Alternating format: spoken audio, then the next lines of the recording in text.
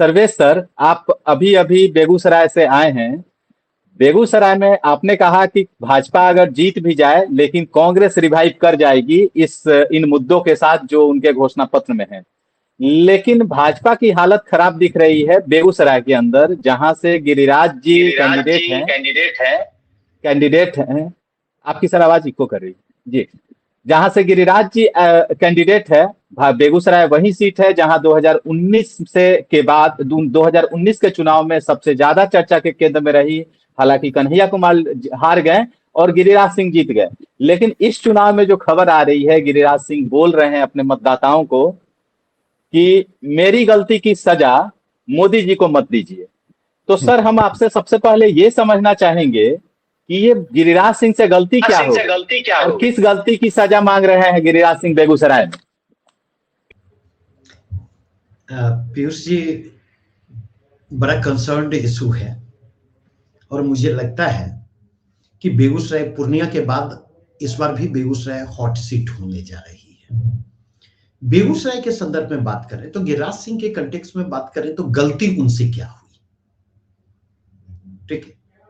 बहुत डिटेल में मैं नहीं जाना चाहूंगा, 3-4 स्पेसिफिक मसलों की ओर इशारा करना चाहूंगा। गिरिराज सिंह और राकेश सिन्हा के विवाद को देखें और इस विवाद में जो है,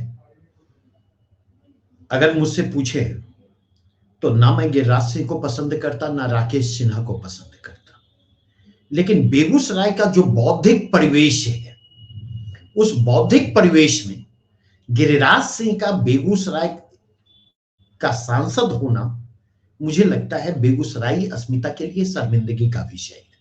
निश्चित तौर पर राकेश सिन्हा इस मामले में उन पर काफी भारी पड़ेंगे, लेकिन राकेश सिन्हा के साथ जिस तरह बर्ताव किया गया गिरिराज सिंह और उनके समर्थकों के द्वारा पटना एयरपोर्ट पर, और स्वयं गिरिराज सिंह के द्वारा पटना से दिल्ली की सफर के दौरान प्लेन के भीतर जो व्यवहार राकेश सिन्हा के द्वारा किया गया, इसने एक नकारात्मक संदेश दिया है पूरे क्षेत्र में। दूसरी चीज, गिरिराज पिछले 5 वर्षों के दौरान अगर गिरिराज सिंह की एक्टिविटी को देखें तो गिरिराज सिंह की एक्टिविटी में आप यह पाएंगे कि उनके लिए बेगूसराय का मतलब जो है, सांसद प्रतिनिधि अमरेंद्र कुमार अमर रहे, बेगूसराय का मतलब नगर विधायक कुंदन कुमार रहे, बेगूसराय का मतलब उनके लिए जो है वो कुंदन कुमार के पिताजी उपेंद्र सिंह रहे, और ऐसे 5-7 लोग और रहे। उसके बाहर निकल करके गिरिराज सिंह ने कभी भी बेगूसराय की जनता तक पहुंचने की कोशिश नहीं की, बेगूसराय की जनता के कंसर्न को रिजॉल्व करने का प्रयास कभी नहीं किया, और बेगूसराय की जनता ने और यहां तक कि भाजपा के कैडर ने जब जनता से जुड़े मुद्दों पर उनसे संपर्क करने की कोशिश की तो बहुत ही बदतमीजी और बेहयाई के साथ गिरिराज सिंह पेश आए, जिसके कारण इस क्षेत्र में उनके प्रति गहरी नाराजगी है। तीसरी चीज जो यहां पर उभर करके आती गिरिराज सिंह के कंटेक्स्ट में, वह है कि सवाल यह उठता कि गिरिराज सिंह 5 वर्षों से केंद्रीय मंत्री हैं और बतौर केंद्रीय मंत्री बेगूसराय की जनता और बिहार के मतदाता के रूप में मैं ये जानना चाहूंगा गिरिराज सिंह का बेगूसराय को क्या कंट्रीब्यूशन है बतौर केंद्रीय मंत्री, और बतौर केंद्रीय मंत्री गिरिराज सिंह का बिहार को क्या कंट्रीब्यूशन है। मुझे लगता है एक मतदाता के रूप में, एक जागरूक मतदाता के रूप में हमें यह जानने का हक है। चौथी चीज, राकेश सिन्हा जी ने अपने राज्यसभा सांसद के रूप में अपने कोटे से सामहो दियारा के लिए जो पुल दिलवाया, अगर देखा जाए तो उस पुल के संदर्भ में प्रगति क्या है और वह प्रगति क्यों है। आज के डेट में देखा जाए बेगूसराय जो बिहार और झारखंड के बड़े ठेकेदारों की जो है वह अगर देखें जन्म स्थली है, और कह सकते हैं कि ठेकेदारों की दुनिया में बेगूसराय को राजधानी माना जा सकता है। गिरिराज सिंह के आने के बाद देखा जाए तो गंगा पार के सारे ठेकेदार जो हैं बेगूसराय के जितने प्रोजेक्ट हैं उस प्रोजेक्ट पर हावी हैं, और गिरिराज सिंह का काम कमीशन खोरी तक सीमित है। और समस्या केवल ऐसे बड़े प्रोजेक्ट के संदर्भ में ही नहीं बात कर रहा, इवन अगर आप देखेंगे रिफाइनरी हो या अदर जगह हो, वहां पर मजदूरों की जो भर्ती हुई है, मजदूरों की भर्ती में जो धांधली हुई है, जो पैसे लिए गए हैं, और आज भी 24,000 जो मजदूरों के मद में जा रहे हैं उनमें 8,000 रुपए पर मजदूर जो कमीशन लिए जा रहे हैं, जो ऊपर से नीचे तक बढ़ते हैं। तो ये तमाम मसले हैं जो गिरिराज सिंह के अगेंस्ट जाते हैं। दूसरी चीज, इससे इतर बात करें तो गिरिराज सिंह के लिए इस बार दो चीजें नकारात्मक काम कर रही हैं। कोई मुसलमान उम्मीदवार उनके अगेंस्ट नहीं है, यह गिरिराज सिंह की सबसे बड़ी त्रासदी है। ना मुसलमान उम्मीदवार गिरिराज सिंह के अगेंस्ट है, और दूसरी जो सबसे बड़ी त्रासदी है वह यह है कि मुस्लिम मतदाता भी गिरिराज सिंह के खिलाफ बोलने के लिए और सड़कों पर उतरने के लिए तैयार नहीं। लेकिन इसी के साथ एक तीसरी त्रासदी भी है। बेगूसराय भूमिहार डोमिनेटेड इलाका है, और भूमिहार समाजशास्त्र की शब्दावली में कहूं तो प्रभु जाति के अंतर्गत आता है, डोमिनेट का कास्ट के रूप में आता है। सर लेकिन साथ में ये भी बेगूसराय में चल रहा है, नारा चल रहा है कि गिरिराज मजबूरी है, मोदी जरूरी है। ऐसे हालात में इस नारे का क्या होगा? इस नारे से बेगूसराय की स्थिति कुछ बदलेगी? क्योंकि गिरिराज सिंह से नाराजगी तो तय है, लोगों की है, वो आपने भी बताई और लोगों ने भी बताई। लेकिन अब एक नया नारा दे दिया गया कि गिरिराज मजबूरी है लेकिन मोदी जरूरी है। इससे कितनी बदलेगी बेगूसराय की जो राजनीति है अभी इलेक्शन के परिप्रेक्ष्य में? अब पीयूष, ये जो स्लोगन है, थोड़ा सा इस स्लोगन की वास्तविकता को हम देखें। 2019 के लोकसभा चुनाव को देखें तो कन्हैया कुमार को करीब करीब 2,68,000 वोट प्राप्त थे, और तनवीर हसन जो तीसरे स्थान पर रहे थे, उन्हें 1,92,500 मत प्राप्त थे।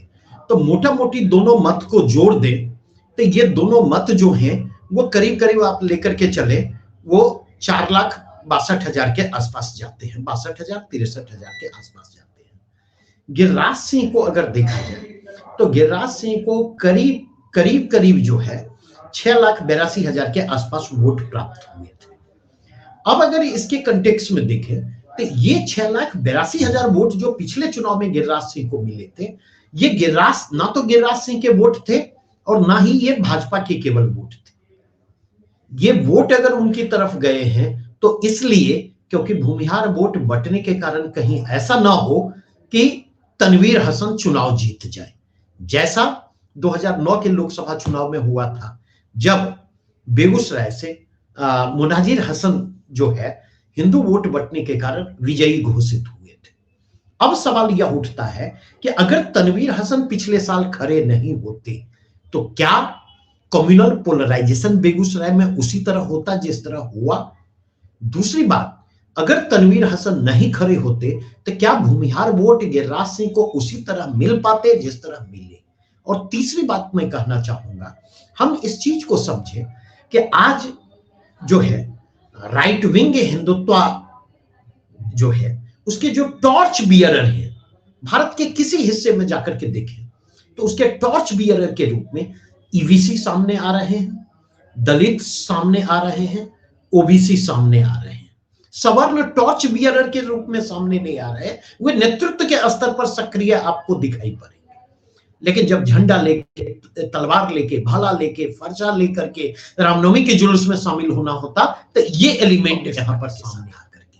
अपार्ट फ्रॉम दैट, अगर बेगूसराय के कंटेक्स्ट में देखें तो सॉलिड वोट, अगर ये कहा जाए भूमिहार के पास जितने वोट हैं तो आप बेगूसराय के यादव मतदाताओं को ले लें और मुस्लिम मतदाताओं को ले लें, दोनों को अगर आप ले लेंगे तो आप यह पाएंगे ये दोनों मिलकर के भूमिहार मतदाताओं पर भारी पड़ते, और केवल नंबर की दृष्टि से भारी नहीं पड़ते, बल्कि अगर वोटिंग परसेंटेज के पॉइंट ऑफ व्यू से देखें तो भूमिहार मतदाताओं की तुलना में जो है मुसलमानों और पिछड़ों यादवों के बीच वोटिंग परसेंटेज अक्सर हाइयर होता, इसलिए उनका इंपैक्ट उससे ज्यादा होता है जितना इंपैक्ट वोटर लिस्ट में उनका रिफ्लेक्ट होता हुआ आता।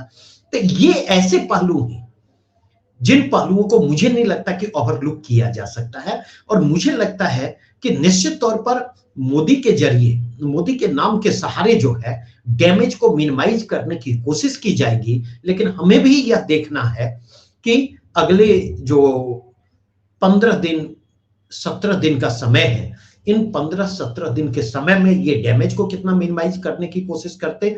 And at the same time मुझे लगता है अगर भूमिहार मतदाता साइलेंट हो जाए तो शायद कम्युनिस्ट पार्टी की मुश्किलें बढ़ेंगी, लेकिन ऐसा होने नहीं जा रहा है।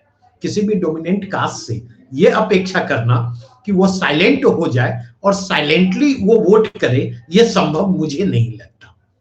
और पिछले 3 दिनों का जो बेगूसराय प्रवास रहा, उनमें जितने लोगों से मेरी बात हुई उससे मैं इस चीज को लेकर के आश्वस्त हूं कि भूमिहार वोटों के ध्रुवीकरण की यह कोशिश पिछड़े मतों के ध्रुवीकरण का आधार तैयार करेगी। और इस बार उसी तरह से अवधेश राय की जीत संभव है जिस तरीके से 1996 में राजवंशी महतों को राजद ने खड़ा किया था और राजवंशी महतों ने बलिया लोकसभा क्षेत्र से अपनी जीत हासिल की।